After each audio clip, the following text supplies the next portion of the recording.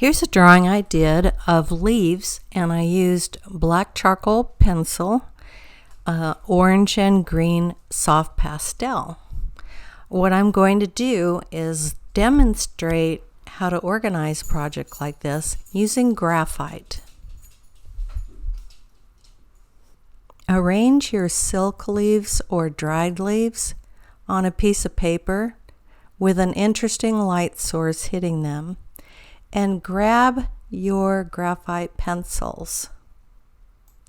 Here I am sketching the contour lines of the leaves. My leaves I bought are silk, and I can move them around any way I want. So I've got the contour lines of the leaves down, and what I'm going to do is try first a cross contour.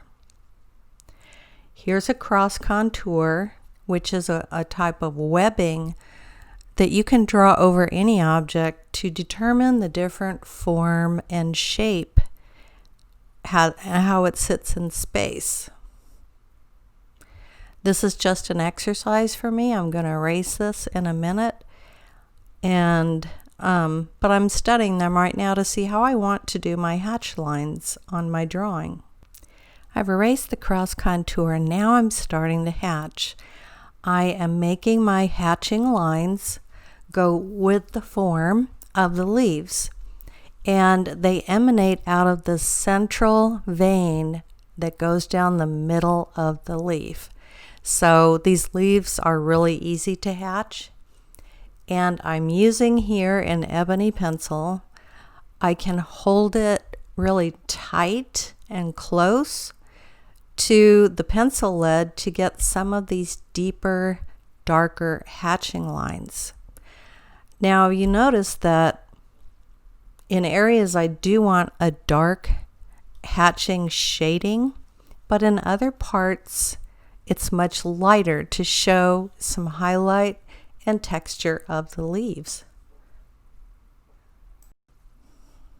With this type of hatching with graphite, I certainly could use a blending stump to smooth, and if I did, I'm not, but if I did, I would be also moving the blending stump with the flow of the hatching lines with the form of the leaf to maintain the integrity of the mark. Now, I don't know if you can tell, but I've grabbed my pen type eraser and I have done some subtracting in the leaf. And as I've said before, I like to keep my pen type eraser really sharp.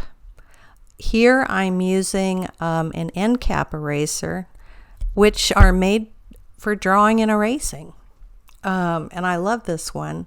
So as you can see, I'm doing more subtraction here for the next leaf.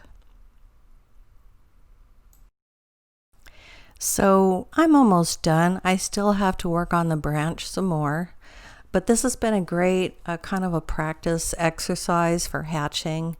Notice how I'm trying to highlight certain areas of the leaves and yet shadow other parts of the leaves, trying to make it look more realistic and giving the leaves a sense of motion and defined space. The light source in the case of these leaves come from the window in my house and not from a light bulb, which I usually use. So it has a nice filtery effect on the leaves and the cast shadows of the leaves. As you note in my pastel drawing, the orange is full of cast shadows of the leaves. So that can be done easily with the soft pastel and also with charcoal vine.